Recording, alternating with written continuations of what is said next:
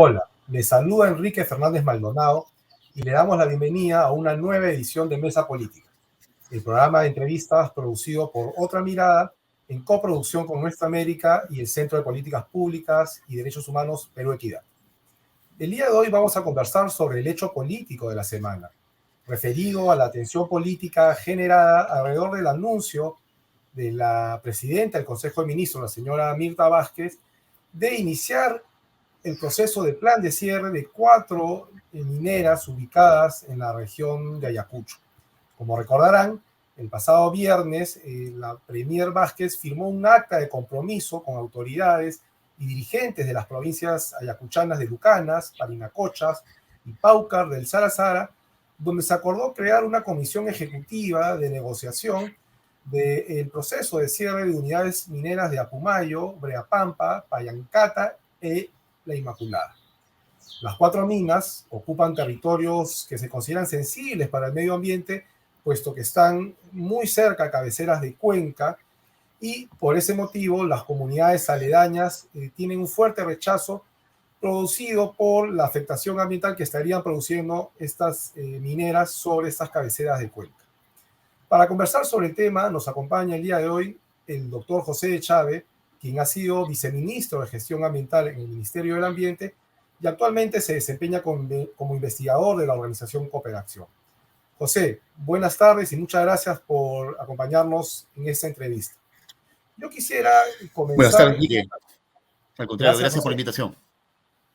Yo quisiera comenzar esta conversación consultándote si el gobierno del presidente Pedro Castillo y en particular la decisión que tomó la premier Vázquez se ajustan a la norma, a la ley que rige en el sector minero para este tipo de procesos de cierre de minas, que no son procesos fáciles, que son complejos, que toman tiempo, que tienen toda una serie de mecanismos y etapas que se deben cumplir para garantizar que la culminación de un proyecto minero se dé con el mínimo de afectación al medio ambiente. ¿Estaba dentro de las prerrogativas de la premier Vázquez tomar esta decisión? A ver, lo primero que creo que hay que subrayar es que revisando el acta, revisando los 7 puntos de acuerdos que se tomaron en el acta del 19 de noviembre con las comunidades de la zona, yo no veo absolutamente nada que vaya en contra de la normativa vigente. Es decir, esta comisión que viajó a Ayacucho fue con una información en la cual se decía que las 4 unidades mineras, ¿no? Apumayo, Pallancata, Inmaculada, Preapampa, tenían planes de cierre vigentes, planes de cierre en curso. En algunos casos eran cierres progresivos, que significa que son cierres que se producen mientras la operación sigue activa, y en algunos otros casos tenían cierre final, ¿no? Con resoluciones directoriales aprobadas conforme a la normatividad legal vigente. Entonces, ese es un primer elemento, ¿no? Habían cronogramas de cierre debidamente aprobados.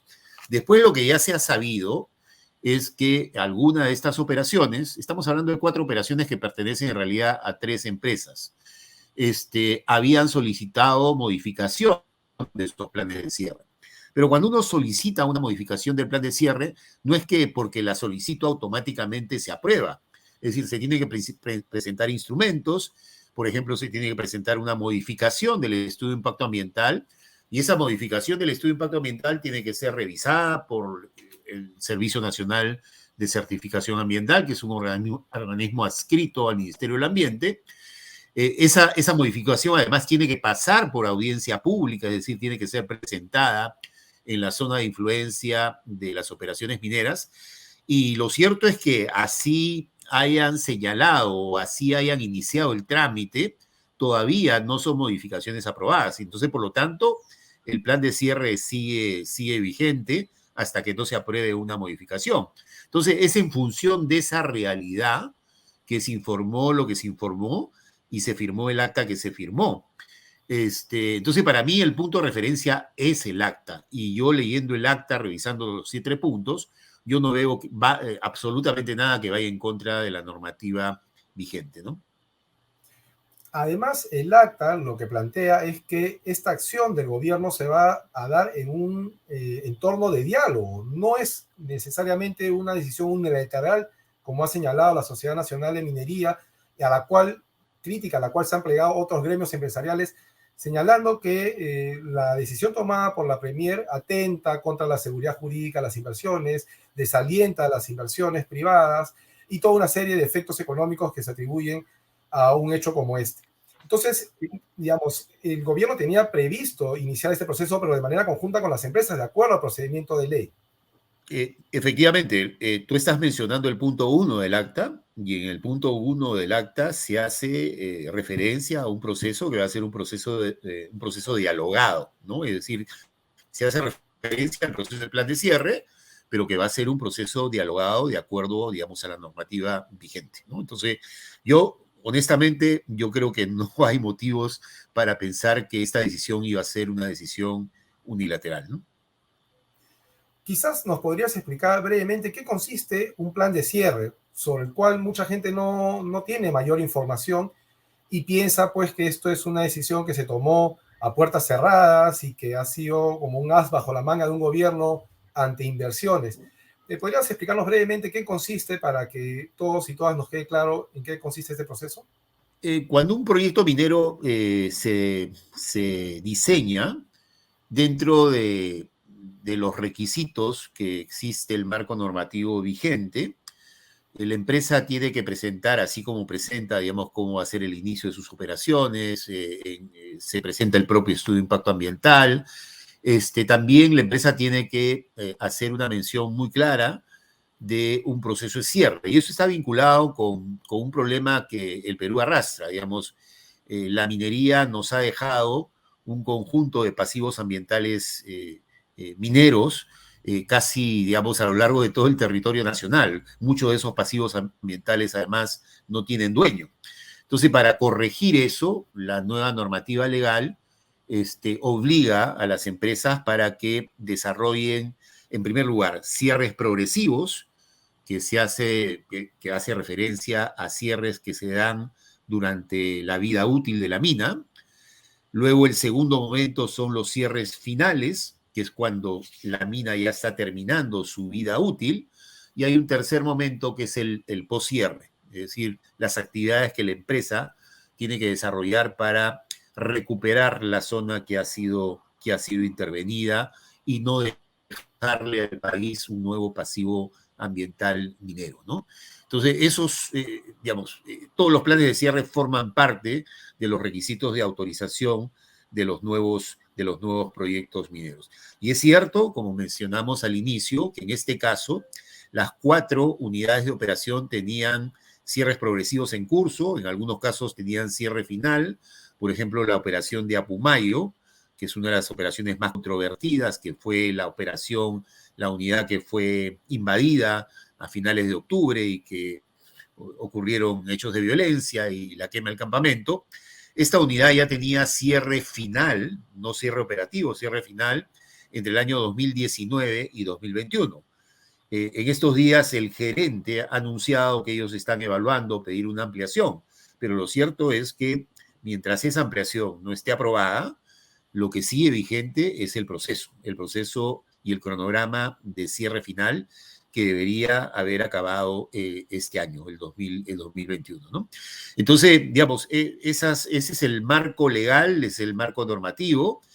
Entonces, por lo tanto, las cosas estaban claras. Lo que ocurre es que la misión que viaja, la delegación que viaja a Ayacucho, va con la información de los cronogramas de cierre, y claro, en ese momento no se sabía, no se conocía que alguna de estas empresas había presentado procesos de ampliación, pero además, como mencionaba al inicio, Quique, el que una empresa presente un pedido de ampliación, eso no quiere decir que automáticamente lo vaya a tener.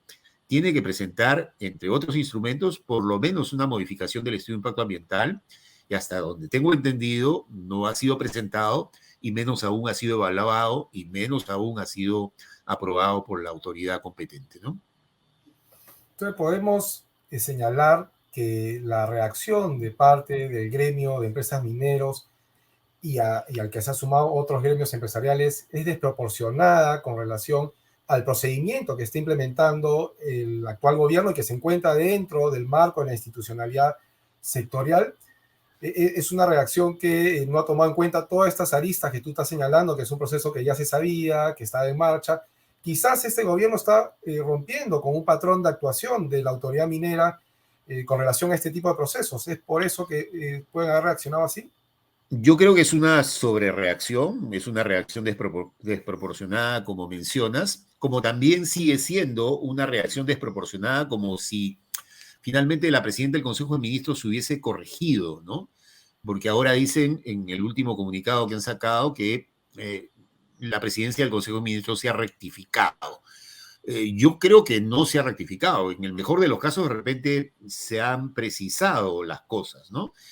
Pero yo sí tengo la percepción que esta sobrereacción, digamos, tiene varios motivos, ¿no? En primer lugar, está claro que este no es un gobierno que simpatice, digamos, que le simpatice mucho al sector privado en general y al gremio empresarial minero en particular. Eso para mí me queda claro. Yo creo que ni por asomo una decisión de este tipo, digamos, afectaba la seguridad jurídica de las empresas, ¿no? Yo creo que eso no ha ocurrido. Y me da la impresión que el sector empresarial y en particular el sector empresarial minero, digamos, está jugando como varios partidos al mismo tiempo, ¿no? En primer lugar, como mencionaba, no perciben al gobierno como un gobierno, digamos, cercano a ellos. Y en segundo lugar, hay algunos anuncios que seguramente preocupan al sector empresarial minero, ¿no? Uno de ellos es la famosa reforma tributaria, que sin duda va a tener un capítulo vinculado a la minería. Hoy en día las empresas mineras están en un momento espectacular, los precios están altísimos, están teniendo sobreganancias. Solamente este año las empresas mineras van a tener ingresos extraordinarios de algo más de 13.600 millones de dólares, ¿no? Realmente es un momento espectacular, están en plena bonanza. Y claro, se ha abierto nuevamente una discusión, como se abrió en su momento, entre el 2002 y el 2012, cuando también se ocurrió un periodo de alza de los precios de los minerales. Se abrió una discusión sobre si las empresas deberían aportar algo más de lo que ya pagan al país, ya que explotan un recurso natural que pertenece a la nación, ¿no? Y además que es un recurso no renovable.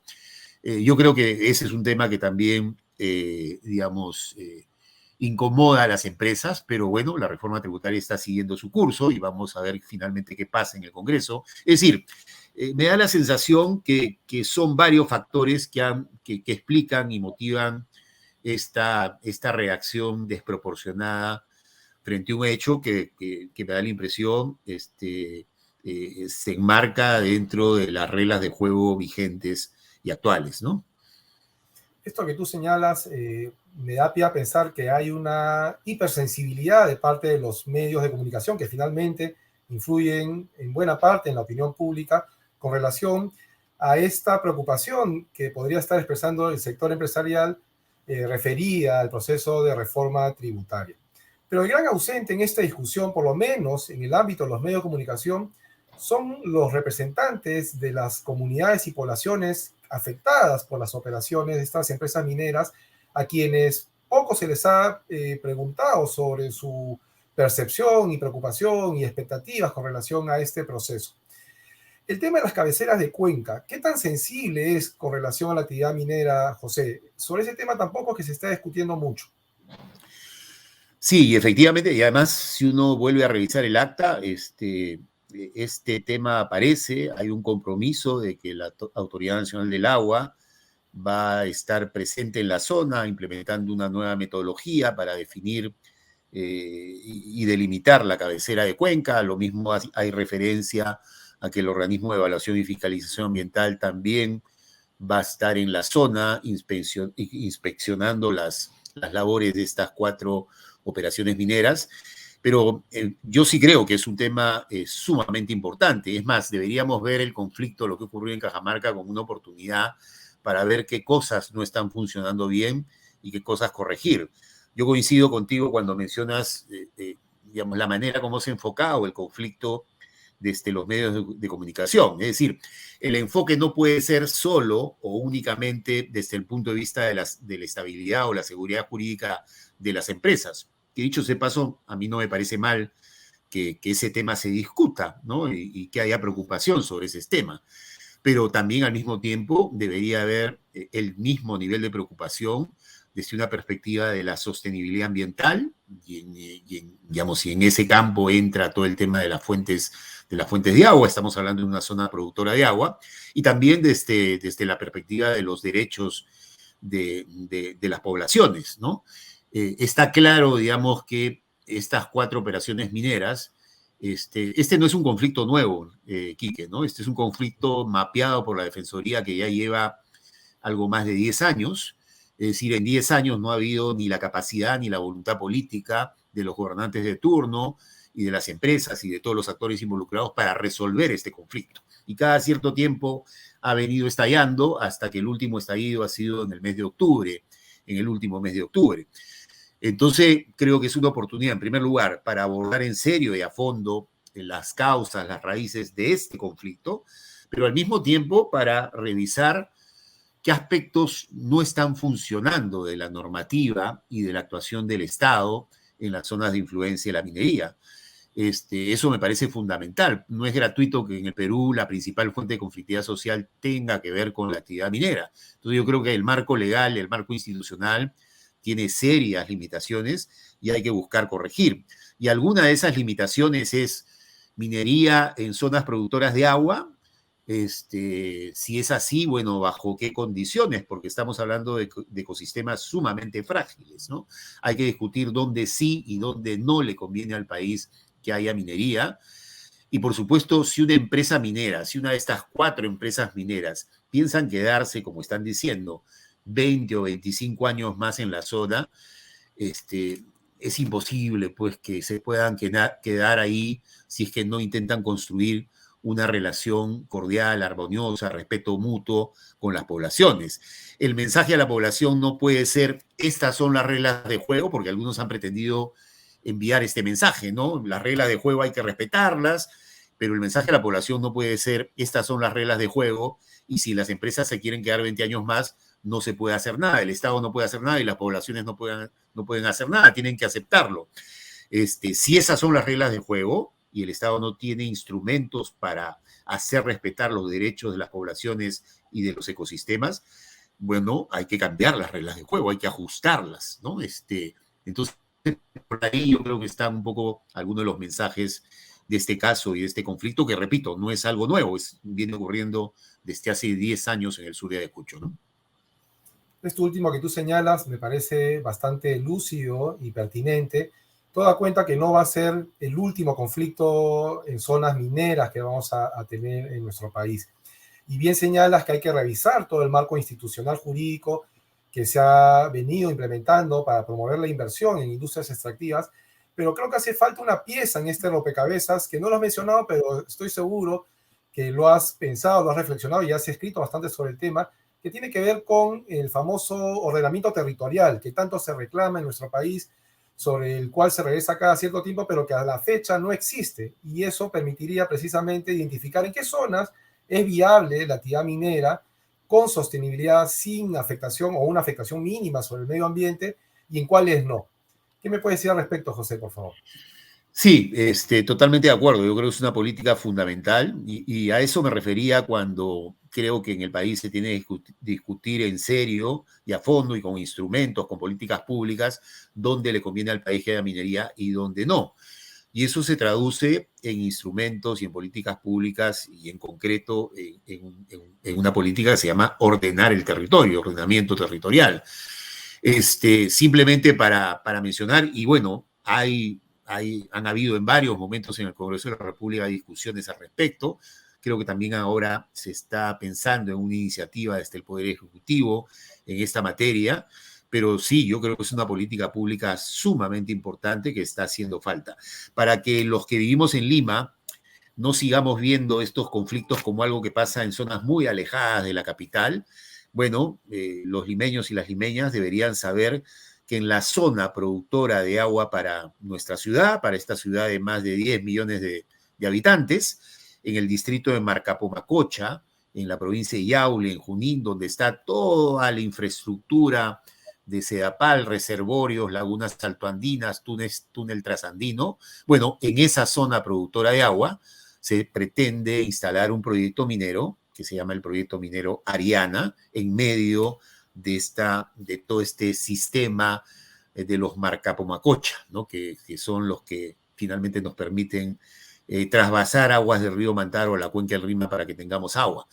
Entonces, este es un problema que ocurre en Ayacucho, este es un problema que ocurre en las lagunas del Alto Perú, en Conga o en los páramos andinos de Huancabamba y Ayabaca, o en el sur andino, Apurímac, Espinar, pero también muy cerca de Lima, en las nacientes de las aguas de la cuenca del Rímac, también se está viviendo este problema y también se presentan estos peligros. Por lo tanto, creo que es sumamente importante que discutamos. Los conflictos finalmente son indicadores de algo que no está funcionando bien, ¿no? Y creo que el reto, nadie está diciendo que no haya minería en este país, es una actividad importante, pero el reto es discutir en serio y a fondo cuáles son las reglas de juego que podrían permitir una suerte de mayor equilibrio, ¿no? Entre la actividad productiva, el impacto económico de la actividad productiva, pero también los aspectos ambientales y los aspectos sociales, ¿no? Creo que eso es fundamental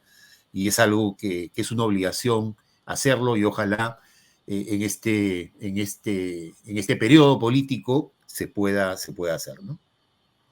En efecto, creo que nuestras energías, en realidad de todos los actores políticos, económicos, sociales, debiera estar enfocada en identificar esa suerte de equilibrio que permita conciliar la actividad económica extractiva con la productiva, con la agricultura, con la ganadería, con la preservación de fuentes de agua, que es tan importante en un contexto donde se viene discutiendo el fuerte impacto que está teniendo el cambio climático en países tan diversos como el Perú, y la necesidad de reconocer los derechos colectivos de las poblaciones.